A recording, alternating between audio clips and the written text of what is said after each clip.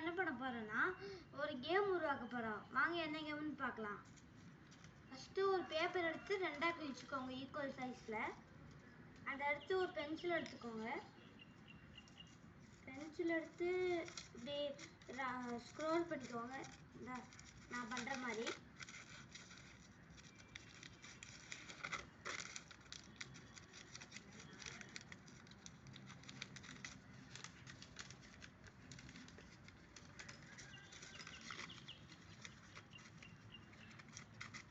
பாருங்க.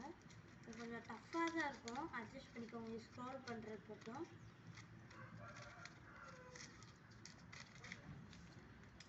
இப்படி ஸ்க்ரோல் பண்ணிட்டீங்களா? இப்போ அதை மடிச்சு விட்டுக்கோங்க. இது நல்லா டைட்டாக இப்படி பண்ணிக்கோங்க. இப்போ வந்துட்டு ஒரு டேப் எடுத்துக்கோங்க. அதை டேப் அங்கே வச்சு அந்த இருக்கு டேப் எடுத்து ஓப்பன் பண்ணிக்கோங்க. ஓப்பன் பண்ணி சுற்றிக்கோங்க.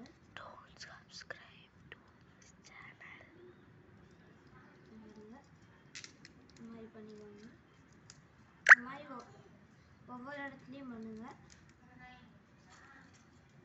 ஏற்கனவே நான் ஒன்று பண்ணி வச்சிருக்கேன், அதை உங்ககிட்ட காமிக்கிறேன். இதே மாதிரி இது எடுத்துட்டு வரேன்.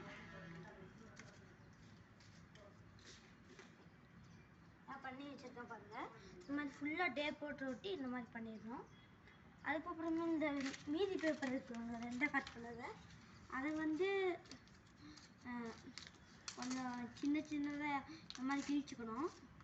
இது கிழிச்சு பாலாக ரவுண்ட் பண்ணிக்கணும். ரவுண்ட் பண்ணி இதில் வச்சு பாலாக ரவுண்ட் பண்ணிக்கோங்க. ஃபஸ்ட்டு இது பண்ணுறதுக்கு லேட் ஆகும். நான் ஏற்கனவே பண்ணி வச்சதை காமிக்கிறேன். இருங்க, பென்சிலும் அடிக்க முடியுது.